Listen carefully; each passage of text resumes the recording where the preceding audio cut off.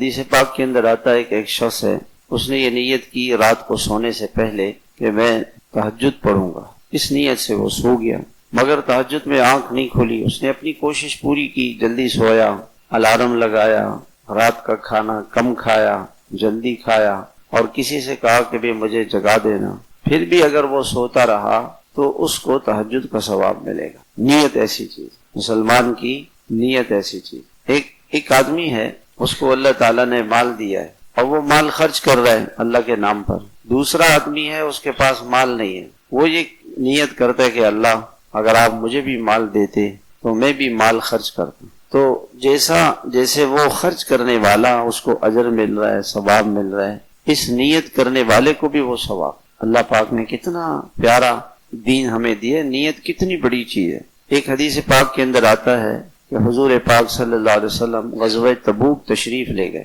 جب آپ واپس آئے تو بہت سارے مسلمان عذر کی وجہ سے، لنگڑے تھے، لولے تھے، بیمار تھے، کوئی عذر تھا، سواری نہیں تھی، اور وہ اس وجہ سے نہیں جا سکے، تو وہ آئے روتے ہوئے کہ یا رسول اللہ ہم تو نہیں اجر پا سکے۔ تو آپ صلی اللہ علیہ وسلم نے فرمایا کہ بہت سے لوگ ایسے ہیں، ان بالمدینۃ اقواما ما سرتم مسیرا ولا سلکتم وادیا الا وهم معکم ای شرکوکم فی الاجر۔ بہت سے لوگ ایسے تھے جو مدینے میں رہ گئے، ان کے دل کی تمنا تھی کہ ہم حضور کے ساتھ جائیں، مگر عذر پیش آ گیا، سواریاں نہیں ملی، حالات ایسے آ گئے، تو جتنے نیکیاں تم نے کی ہیں، جو تم اللہ کے راستے میں تم نے اجر و ثواب کمایا ہے، وہ سب ان کو مل گھر بیٹھے۔ لیکن نیت کتنی بڑی چیز۔